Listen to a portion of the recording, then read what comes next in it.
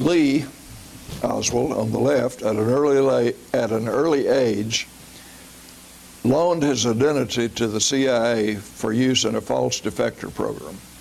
Harvey, on the right, learned to be Oswald, and he and Lee led parallel lives for more than 10 years while they were mere children and teenagers.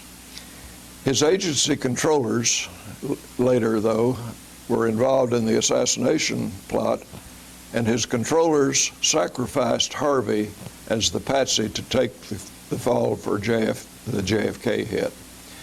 Lee, however, may still be alive today, living under another name.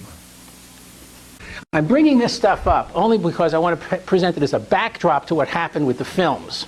Because you have to understand that the center of the universe of the evidence, the sun in that solar system, is the body, not the films. And the films are really critical, but they're not the films. And I say that because in a forensic legal investigation, when a murder is committed at someone's Christmas party, they don't say, get us the 8mm film. No, they say, get us the autopsy. What does the autopsy say? That's what the detectives want, that's what the district attorney wants, and in this case, that's what the attorney general wants. What's the autopsy on my brother's body say? That's the legal evidence of how the story of the shooting unfolded.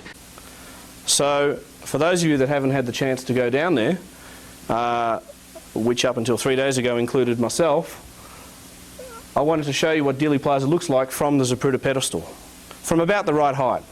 You can see here, this is one of Jack's photographs here, and there I took the dates out. I deleted all of the people and the cars that were moving because there was enough overlap usually to fill in the details from something else.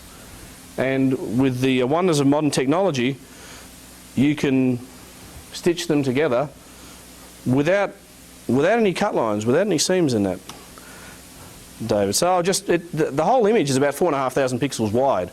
So the only way I can show you is to pan the whole thing. A little bit jerky at times. The computer's pretty powerful, but not fully. And that's pretty well what it looks like.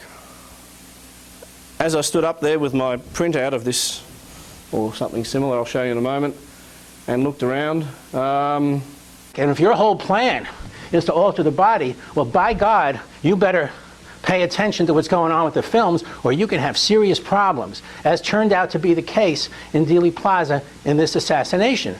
Question, what about Dealey Plaza in 1963? It's all well and good to know what it looks like now, or last July. What about 40 years ago? As Jack mentioned, there were two, well, in fact there seems to be more than two.